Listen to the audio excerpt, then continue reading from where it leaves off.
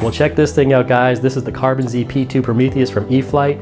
This thing is a monster. We know that E-flite loves to make warbirds. They love to do Corsairs, Mustangs, Spitfires in different sizes, lots of T-28s. Occasionally they do something a little different like the recent Pawnee Brave Night Flyer, but even rarer than that, they will do a Carbon Z plane, and you can usually bet it's going to be something special. And this thing is definitely different. This is not your typical foam park flyer by any stretch. 50 size brushless power system, 6S powered. This thing is a monster. So in this video, I'm going to take it out of the box.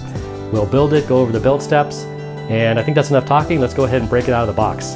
Like I said, not your average park flyer by any stretch. This thing is a monster. You can see how big that fuselage is, and now we get to fly one without risking killing ourselves, because this is an incredibly aggressive model. Of course, it has the Carbon Z construction, which is basically just carbon fiber inside the foam. It gives it a very rigid airframe, a very strong airframe, so you can fly this thing very aggressively. You can do very high stress maneuvers, and it's not going to blow apart in the air, because that's of course never any fun. This thing is designed to be flown hard. It's designed to be flown very aerobatically and aggressively, and I think we just go ahead and get this thing unwrapped and start putting it together. Carbon Z P2 Prometheus instructions, and I've just gone over it real quick. It looks very detailed. I think all the steps are going to be pretty straightforward here. So let's go ahead and start putting this thing together. First step is attaching the landing gear. You have a little foam piece, which is the exhaust detail. Some foam safe medium CA attaches that into the landing gear block, and then just place the entire block to the fuselage and use 4 13mm screws to attach it.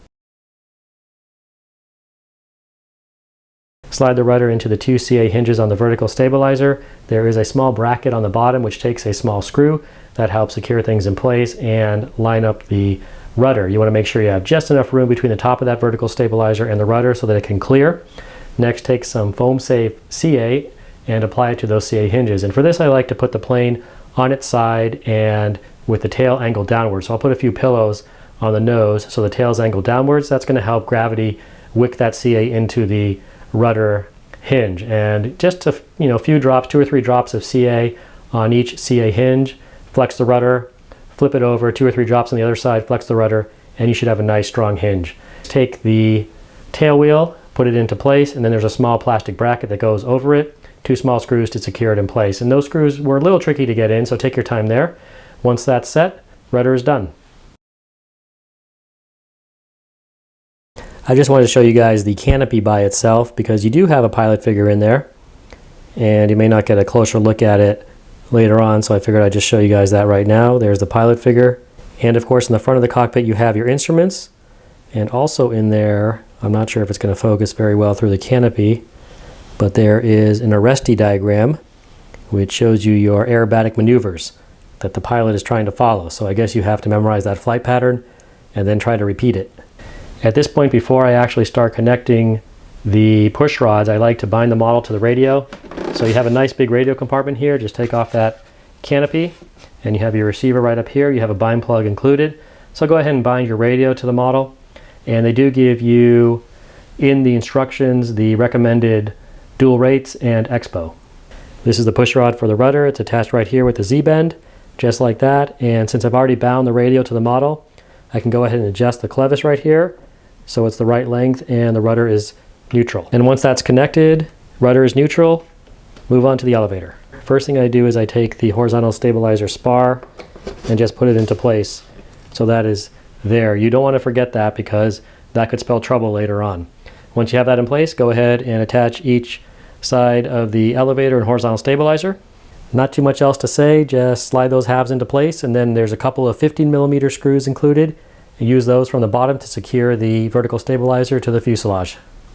With the elevator push rod, the Z-bend goes on the inside of the arm, so you have to take it off of the elevator servo in order to fit it into place. All right, time to get these wings on. We're going to take the shorter fiberglass spar and slide that in for the bottom wing. That's a fairly tight fit, so take your time with it. The wings are now attached, and just a couple of words about the bottom and top wings. With the bottom wing, the aileron port or opening in the bottom of the fuselage here is pretty small, so I found it best to put both wings on first, use some pliers to get those leads and pull them partially through. If you put one wing on fully and pull the lead fully through, the connector will block the other side and make it difficult to get that lead through. So best to put both of the wings on at the same time, get those leads partially through, and then put the wings in place. The right aileron goes into channel 6 and the left goes into channel 2, and that's in the instructions. The wings themselves go in fairly tight. You have to take a little bit of time putting them in place, take a little bit of patience with that because you don't want to damage the foam or the servo extension wires. And then once they are in place, you have the 20mm screw way down there in the bottom that attaches the wing to the fuselage. And once these wings are attached, you're not going to want to take them off again, the bottom wings or the top wings, because it's a fair amount of work. This plane is not one you're going to assemble and disassemble as you take it to and from the flying field. So the airplane is 48 inches in wingspan. It's not too huge, it's boxy, it's a biplane, but it should be able to fit in the back seat of the car. But again, you're definitely not going to be taking these wings on and off. With the top wing, you have a couple of 15mm bolts that attach it on top. And you can see there's a slight gap there on the right side, front and back, but I'm not too worried about it because these bolts are firmly in place, they're in the right location. I don't think that's going to make any difference with flying the airplane. The struts are very easy to attach. They have a couple of L-bends, little wires that go in the top and the bottom, but very quick, very easy. I'll go over and zoom on that side. You can see that little L-bend right there. It just slides in place. So these take about a minute or two to get attached. And then of course you have the connector rod between the bottom aileron and the top aileron, adjustable clevis on both sides so you can get everything nice and even. And both wings, both ailerons did need a little bit of adjustment to get them nice and even, and also to get the bottom push rod there with the clevis nicely centered. So a little bit of adjustments required, and that's the same with the rudder and the elevator, but these adjustable clevises make it very easy, very quick to do that. Up front we have the battery compartment. You've got a push button release just to pop this piece of foam out. There it goes, battery compartment right in there, and standard EC5 connector for the battery.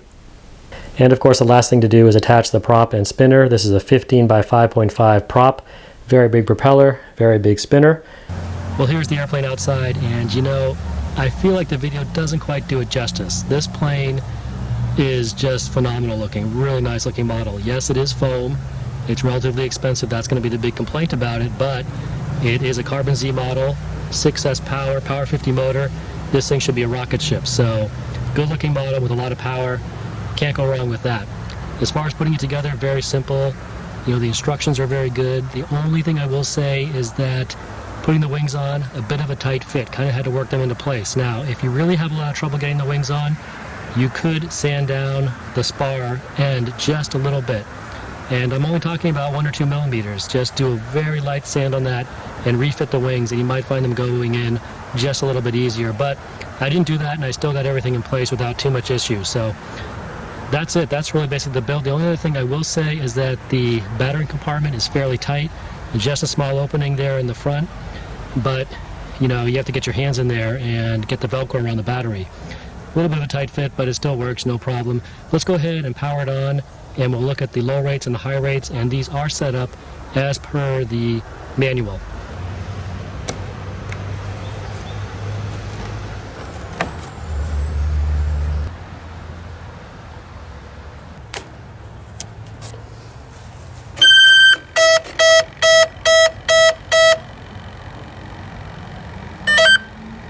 Okay, here's low rates on the ailerons and high rates. Here's low rates on the elevator and the rudder and high rates. That's a lot of throw. So low rates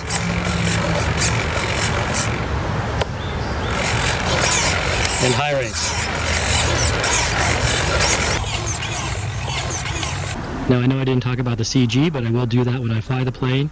It is given in the manual. If you go on the top wing in the middle portion, the center portion, 132 millimeters back, that's where they list the CG, and I'll let you know where I fly it at and how it does. One other thing I do want to mention, I did actually take the prop off again and check the balance on it.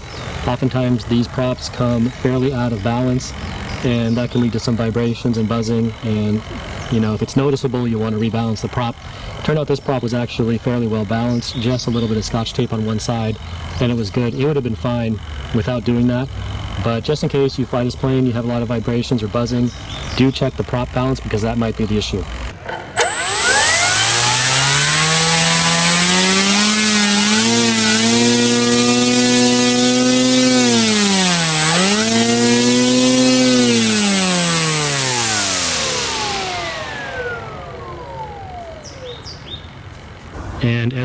mentioned, guys, just make sure everything on the airplane is secure.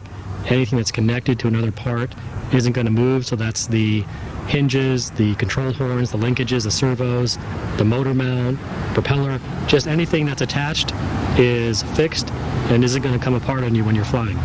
The paint on this airplane seems to be pretty good. On the Carbon Z Cub, the paint was really flaky. It chipped and it got damaged just transporting it back and forth, putting it together, disassembling it, and eventually it looked like a mess. But this paint seems pretty good. Putting the plane together, no major chips or damage, so that's a good sign. I didn't have the Carbon Z T28, so I'm not sure how the paint was on that one, but so far the paint on this one seems to be pretty promising. Well, that's it for the build video of the Carbon Z Prometheus and a quick pre-flight review. Any questions or comments, please post below. This plane is definitely something special. I'm looking forward to flying it, but I have to admit I'm a little nervous about it too. Clearly this thing has a ton of power, so we'll see how it does. Thanks for watching, guys. See you next time.